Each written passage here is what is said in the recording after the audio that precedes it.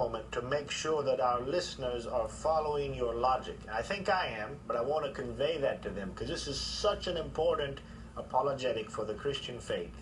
What you're saying, and stop me if I'm wrong, you're saying that in the Quran, in Islam, there's plenty of evidence, especially here and other places, that Muhammad, that supposedly Allah through the angel Jibreel to Muhammad says to the Ahl al-Kitab, and in this case the people of the Anjil, right, definitely Christians, to read and to follow their book, because in that book there is guidance and light.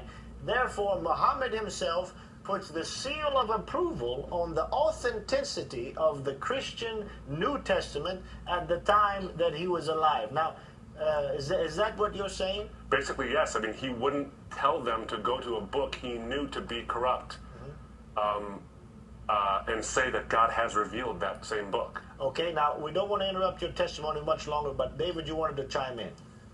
Yes, I just wanted to point out that this point that the both of you are referring to, my friend Sam Shamoun calls this the Islamic dilemma. A dilemma is where you're stuck with only two options, and both of them cause a problem. Because if Muhammad is telling people to go to this book, and that this book is inspired, there are only two possibilities. One is that the Bible is really inspired. If the Bible is really the inspired Word of God, then Jesus Christ died on the cross for sins, rose from the dead, and claimed to be God. If those things are true, then Muhammad was a false prophet because he rejected all of these. So that's one possibility. The Bible is true, in which case Muhammad was a false prophet. The other alternative is that the Bible is not inspired.